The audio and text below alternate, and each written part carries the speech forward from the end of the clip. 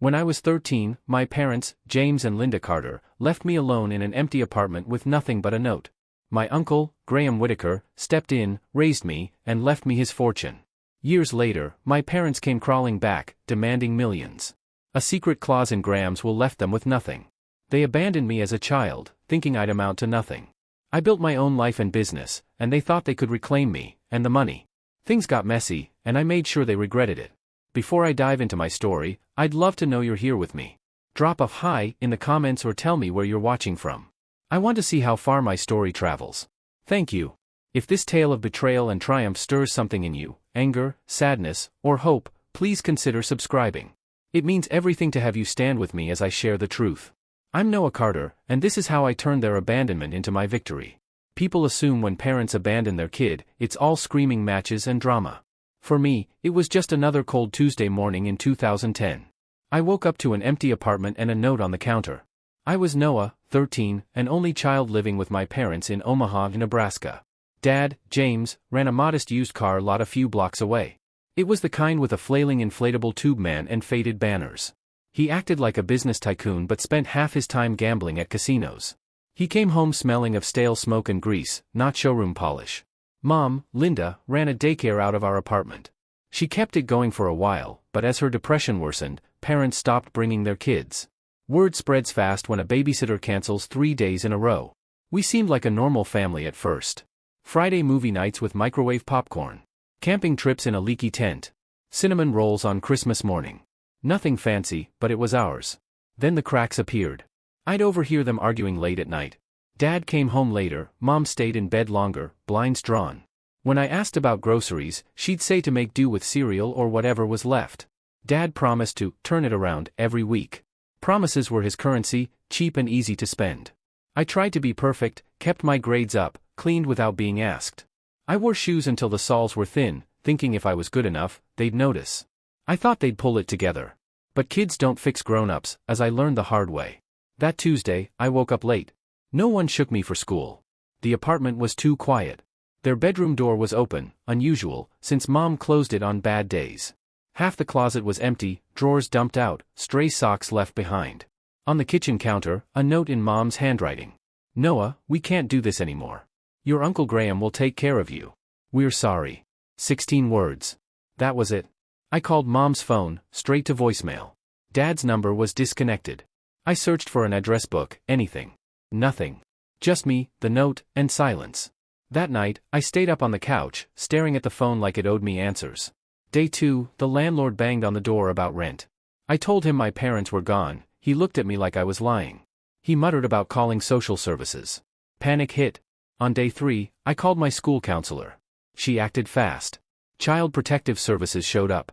Mr. Barrett, the social worker, spoke calmly, like he was keeping me from breaking. He made calls, shuffled papers, and said they'd found my dad's brother, Graham Whitaker. Graham was a ghost in our family, mentioned twice in my life. My parents called him cold, stuck up, obsessed with his luxury home design business. He lived in Colorado, never married, no kids. But when CPS called, he was the only one who answered. When Graham walked into our apartment the next morning, he was like a different species. Black SUV out front, sharp suit, silver cufflinks, slicked back hair. He looked more at home in a boardroom than our dingy kitchen. He scanned the place, sighed, and said, "Pack what you can carry. The rest can be shipped." No hugs, no sugarcoating, just business. That's how my childhood ended, quiet, messy, with a stranger who showed up. Graham didn't waste time. While the CPS rep filled out forms, he stood in our cramped living room like he was taking inventory. He wasn't sad or shocked, just efficient. "1 suitcase," he said. "Not 2. We're not hauling junk." I stared at my stuff, posters, video games, a photo of me and Mom at the park. I felt panic and rage but didn't argue. His tone left no room for debate. I packed a faded blue suitcase with clothes, books, and that photo. I left everything else. "CPS will handle it," Graham said. On the 3-hour drive to his place, he barely spoke. He checked the rearview mirror to ask if I was hungry or needed a restroom. I expected comfort. Instead, it felt like I'd been drafted into boot camp. Orders, no small talk. His house was a Victorian mansion in Denver, straight out of a magazine. Iron fence, manicured grounds, stone statues. I stepped out in the same hoodie I'd worn for days, feeling like I'd landed on another planet. Graham walked ahead, glanced back, and said, "Don't touch the curtains with dirty hands. Breakfast is at 7 a.m. Then he left me standing there. That night, I didn't cry, I was too wired. Everything felt temporary, like one mistake and he'd ship me elsewhere. I stayed awake, staring at the carved ceiling. I promised myself I'd follow his rules but keep an escape plan ready. The rules came fast: shoes off in the house, homework at a desk, 1 hour of piano practice daily. Talent or not, I had to play. I broke most in the first month, not always on purpose, just unused to structure. If I walked into the kitchen at 8 o'clock, the stove was cold, and Graham read his paper. "Kitchen closes at 7:30, he'd say, not looking up. No yelling, just consequences. That was Graham, no emotion, just systems, like a boss, not an uncle. If homework wasn't done, weekend plans were cancelled. If I didn't follow through, privileges vanished. He never threatened to send me away, though. Punishments had endpoints, and life resumed. The first crack in his armor came 2 weeks in. I was staring at an old photo of my parents' wedding, wiping tears discreetly. Graham walked in, handed me a handkerchief, sat on the bed's edge. He stayed until I pulled myself together. No advice, no pity, just presence. Somehow, that was better than any "I'm sorry." Graham's life was systems. Whitaker Home Collections wasn't just a furniture store. It was a chain of luxury decor businesses across 3 states. He treated me like a project. Weekends, he dragged me to meetings. "Watch how they talk," he'd whisper. "See who speaks first, who gives in, who holds eye contact." I was 14, learning negotiation before algebra. He was strict, grounded me for unpolished shoes. Made me rewrite an essay 3 times for using "cool" instead of "effective." If I rolled my eyes, he'd raise an eyebrow. "Careful, Noah. The world won't bend because you're annoyed." But beneath the sarcasm was stability. Unlike my parents, he didn't vanish when things got tough. I tested him, skipped piano, snuck TV on weeknights. I hoped he'd reject me like they did. He never did. He disciplined, but stayed. That first year with Graham built everything that followed. I went from an abandoned kid in a rundown apartment to a mansion. I lived with a sharp, rule-obsessed uncle who convinced me I wasn't disposable. Graham checked my public school grades and said, "This won't cut it." Soon, I was at Westfield Academy, a private school. Kids talked about European vacations while I learned which fork to use. Graham's table etiquette drills were relentless. That first semester, I was drowning, classes were brutal, and I barely passed. One night, nearly in tears over geometry proofs, Graham set down his fork. "Your circumstances changed for no reason of your own," he said. "Your response is up to you. Use the opportunity or waste it." I don't invest in lost causes. It stung, but it hit. He didn't offer sympathy, just a challenge. I used my allowance to hire a peer tutor, formed study groups. By junior year, I hit the honor roll. Graham didn't say, "Good job." He left a leather briefcase on my bed, "You'll need this." That was his pride. His punishments weren't control, they were training. He wanted me sharp, organized, his equal. It annoyed me, but it worked. Teachers noticed my preparation. Classmates wondered how I always had notes ready. Graham refused mediocrity. The real conflict came with college applications. I wanted State University, my Westfield friends were going there.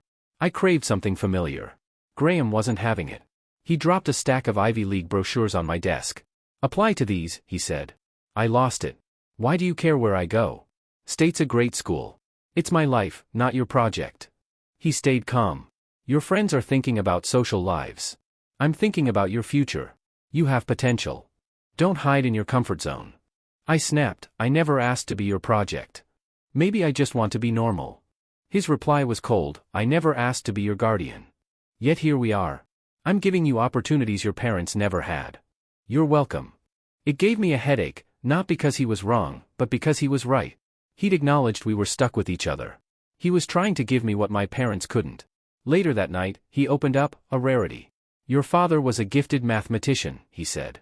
"No money for college, worked at a gas station while I got the scholarship. He resented me for years.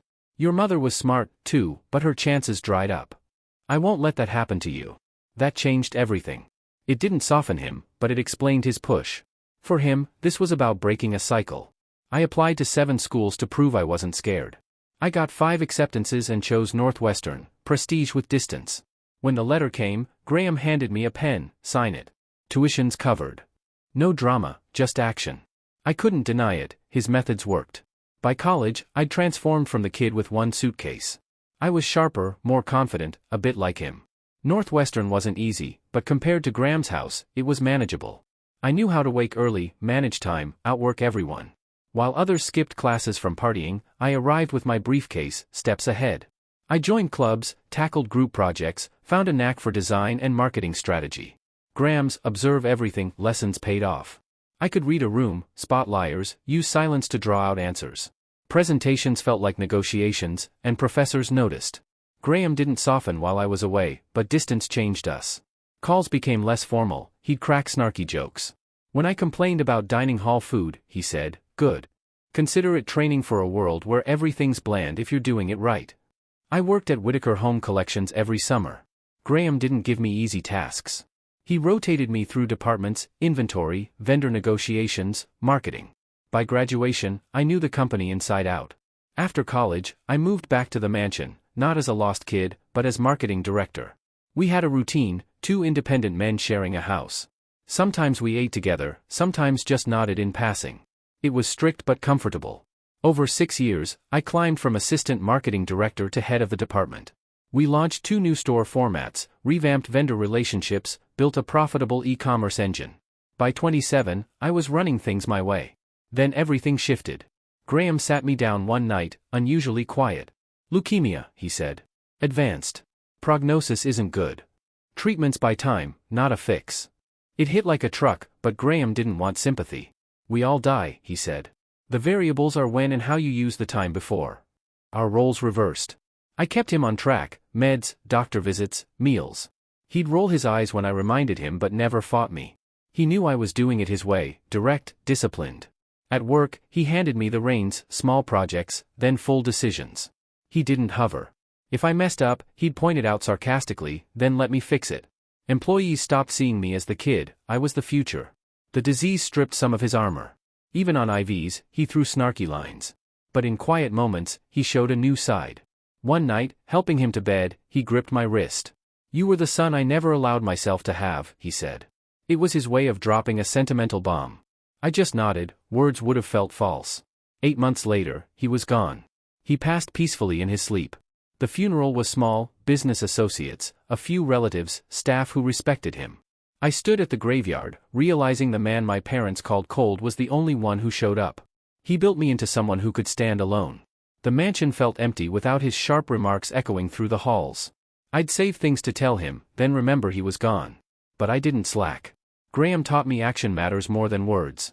I honored him by keeping Whitaker Home Collection strong, running it his way, sharp, disciplined, no half-effort. 3 weeks of business, solitude, and a heavy house passed. Then a letter from Graham's lawyer, Robert Caldwell, arrived. A will reading was scheduled. I expected me, some partners, maybe a charity. I didn't know my parents were about to crash back into my life. Caldwell called, calm and rehearsed. "Noah, we need you downtown next Friday for the will reading." I said, "Sure," and didn't think much of it. Friday came, and I walked into the marble lobby. There they were, James and Linda, uninvited, making noise at Graham's obituary reading. Caldwell let them sit to record their lack of standing. They walked in like they owned the place. Mom wore a blazer like outlet store chic, pearls swinging like she was auditioning for rich grandma.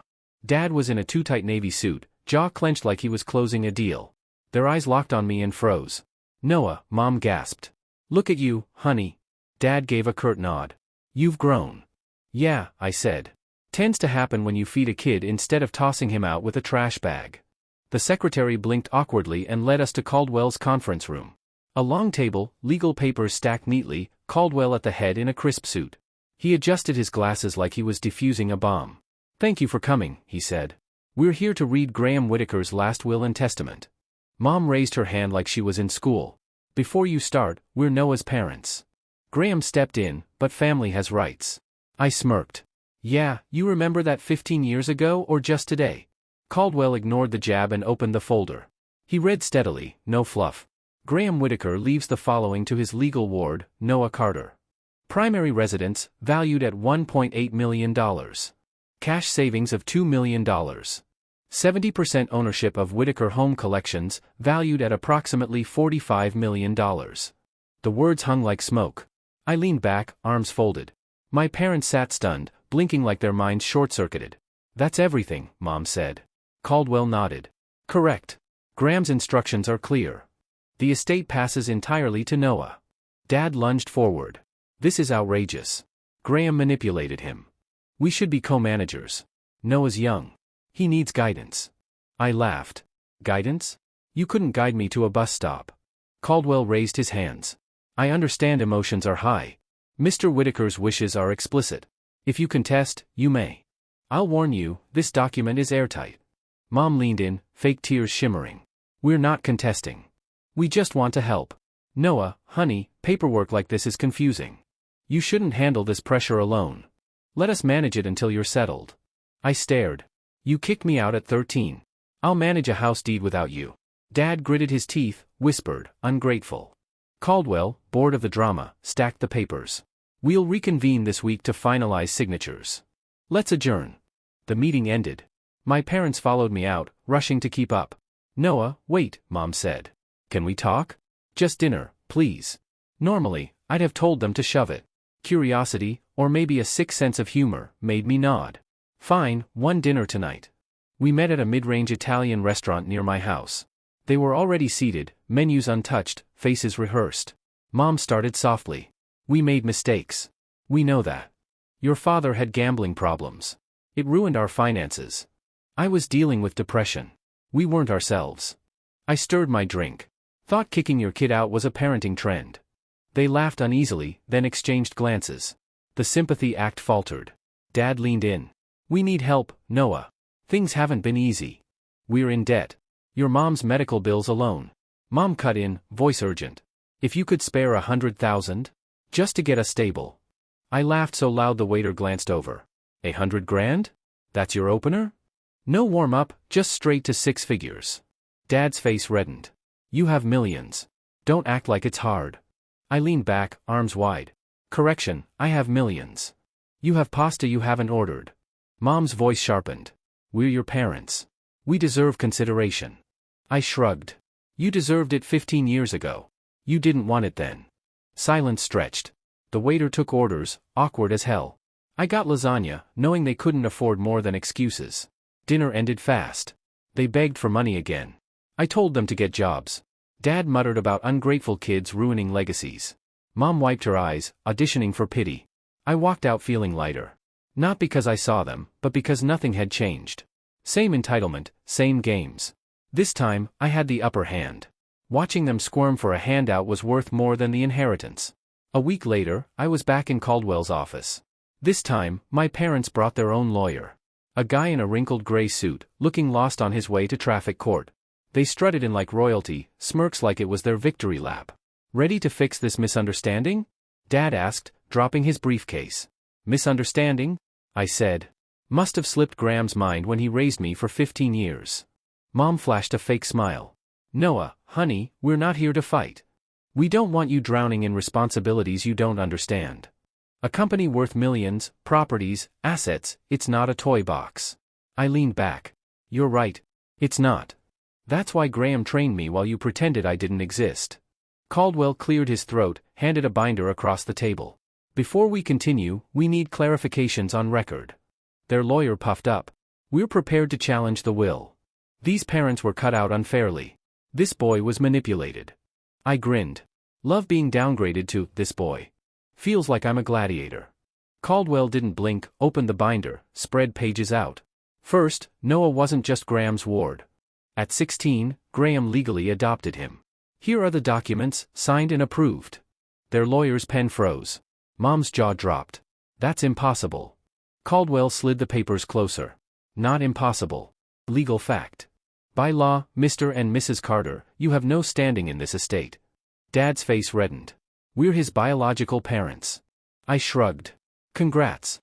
Biology makes you donors, not parents. Caldwell continued. Second, Mr. Whitaker anticipated this.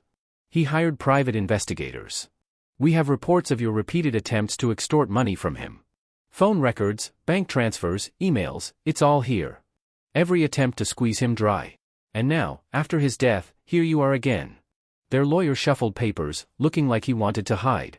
Caldwell wasn't done. Third, Mr. Whitaker left a personal letter. I'll read it now. He opened a page, cleared his throat. Noah, if they've shown up, I told you they would. They won't change. They'll circle back when they smell money. Don't let them take what you've earned. This letter is your shield. Family isn't who brings you into the world. It's who shows up when the world walks out. The room went silent. Caldwell dropped the final hammer. Lastly, the nuclear clause. If anyone contests this will, all assets, house, savings, company, transfer to charity. Specifically, the Children's Cancer Foundation. Only parties with legal standing can trigger it. Outsiders can't. Mr. and Mrs. Carter have no standing. I laughed. Go ahead, sue me. You'll win a donation drive. Mom slammed the table. This is theft. You can't steal our son and our inheritance. I leaned closer. Funny, you threw your son out. Now you're mad someone better took your spot. Dad snarled, you'll regret this. I leaned back. No, I won't. You might regret not investing in a mirror. Mom snapped, you little brat. After everything we gave you. Like what? I cut in. The night you dumped me on a sidewalk? Or the years of silence after? Real Hallmark stuff. They shouted, throwing every guilt trip. We're your true family. You'll understand loyalty when you're older. Graham brainwashed you. It was pathetic, like kids whining after stealing cookies. Their lawyer tried to rein them in, but they were too far gone. Mom gestured like she was conjuring lightning. You think you're clever, but you're just a child. You'll fall apart without us. I smirked. I've been falling apart without you my whole life. Guess what? I'm still standing. Caldwell waved, 2 security guards entered. That will be all. Escort Mr. and Mrs. Carter out. Their faces as security stepped forward, priceless. They protested, demanding someone higher up. Caldwell closed his binder. Meeting's over. Watching them marched out of that glass tower, screaming, was pure satisfaction. Their cries of betrayal and loyalty echoed in the marble hall. Everyone else saw 2 entitled lunatics. Security hauled them out like shoplifters refusing to confess. I knew it wasn't over. People like them don't hear no, they just try louder. I didn't wait. I drove to the courthouse, filed for a temporary restraining order. The judge signed it that afternoon. A process server delivered it that night. I emailed the case number to the police for the record. I expected a week before their next stunt. They didn't give me 48 hours. The driveway camera caught their rental car creeping in after dark. Headlights low, like Hertz offered stealth mode. Mom dressed like she was going to church. Dad looked like a wannabe motivational speaker. They walked up the driveway like they owned it. The doorbell rang nonstop, like they were restarting the house. I opened the door just enough to block entry. Restraining orders active. You can't be here. Mom smiled, fake kindness she used when she wanted something. We just want 5 minutes. Great, I said. Take it outside the gate. You've got 4.5 left. They pushed past like I was a rental manager. Dad scanned the foyer, mentally listing it on Craigslist. Mom trailed her hand along the banister, picking out vase spots. This place, she said, in a sales pitch tone, was meant for family. It is, I said. Just not the kind that abandons their kid and comes back for a handout. That cracked her smile. Dad stepped in. Dropped the attitude. Without us, you'd be nothing. You owe us. I nodded at the camera's red light. Say it louder for the judge. His face turned crimson. Mom switched to guilt. Raising kids was hard, they sacrificed, I was ungrateful. Dad puffed his chest, yelling about respect. It was the world's worst performance, competing for most delusional. I leaned against the wall, letting them run out of lines. When they finished, I pointed to the driveway. Time's up. Walk out, or cops escort you. Dad smirked. Call them. We'll say our son locked us out of our home. Perfect, I said, dialing. Make sure you spell trespassing right. Cops arrived faster than I expected. They knew the restraining order, had the paperwork. They humored their questions but were done with repeat offenders. After a brief talk, they gave them 60 seconds to leave or ride in the back seat. Mom tried one last sympathy speech. Dad muttered about misunderstandings. It didn't matter. They got in their rental, peeled out, looking smaller than ever. For the first time, they weren't powerful or scary, just noisy. The house felt different after they left. Not heavy, but secure, like no one could take it. It was mine, Graham's legacy. I wouldn't let 2 freeloaders with my DNA tear it apart. Next morning, I met with operations and finance leaders. We tore into the business, Graham's way, no fluff, no dead weight. We cut non-selling products, fixed a leaky shipping system. We redesigned the web store so it didn't look like dial-up. Within 2 months, online sales doubled. Physical stores moved inventory when we stopped letting boxes rot. By quarter's end, we greenlit 2 new growth sites Graham had circled years ago. This time, it wasn't a gamble, clean, profitable, controlled. Employees noticed. They used to see me as the lucky kid who inherited a business. When I fixed problems before they snowballed, paid on time, and showed up, they brought issues to me first. That's how you earn trust, not speeches, but results. At home, I dug through Graham's notes. A locked wooden chest held ledgers, letters, envelopes labeled by year. His way of leaving breadcrumbs. The latest one said, "When you're ready." Inside, a single sheet, "Trust yourself. Don't wait for permission. Bill did better than I did." Short, crisp, pure Graham. I kept the cameras rolling. My parents might try again, entitlement doesn't die, it hides. But I wasn't tired. Every time I drove by our new store's construction, saw a balance sheet in the black, or locked up the house, it was another nail in their coffin of control. They had their shot when I was a kid. They threw it away. Graham picked it up and made something of it. Now it was mine to make thrive, not just survive. The last time I saw my parents was on blurry camera footage outside the fence. They drove slowly, windows down, staring like tourists who couldn't buy a ticket. They didn't stop or ring. They just looked, knowing the only way they'd see inside was through security footage. I didn't wave or step outside.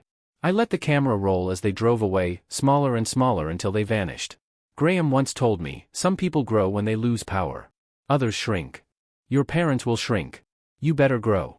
I didn't get it then. Now I do. Standing in the office, watching quarterly stats on the screen, hearing staff joke in the hall, seeing crews break ground on new stores, I was growing.